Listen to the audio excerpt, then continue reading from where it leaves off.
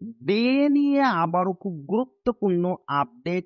DA মামলায় নতুন মোড়, রায়দান স্থগিত।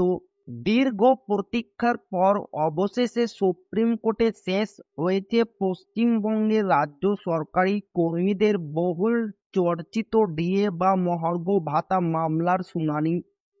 আপাতত রায়দান স্থগিত রেখেছেন বিচারপতিরা।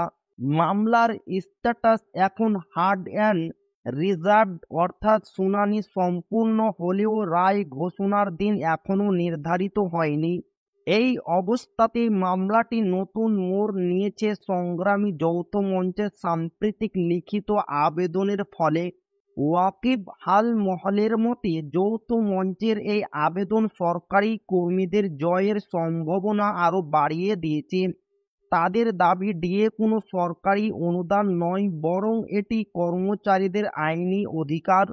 সর্বভারতীয় ভোক্তা মূল্য সূচক এআইসিপিআই এর ভিত্তিতে মুদ্রাস্ফীতির সাথে সামঞ্জস্য রেখে ডিএ প্রদানের বাধ্যবাধকতা রয়েছে রাজ্য সরকারের।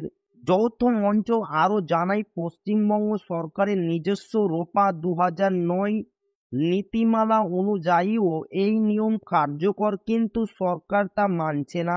তুলনা টেনে বলা হয়েছে, কেরালা, মেঘালয় ও সিকিমের মতো রাজ্যগুলি নিয়মিত ডিএ প্রদান করছে।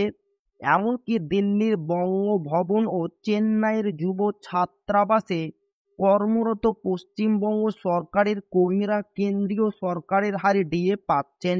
অথচ রাজ্যের কর্মীরা বঞ্চিত, যা সংবিধানের 14 অনুচ্ছেদের লঙ্ঘন বলে দাবি করা হয়েছে। সূত্রের খবর, দীপাবলির ছুটি শুরু হওয়ার আগেই, অর্থাৎ 20 অক্টোবরের মধ্যে রায়দান হতে পারে।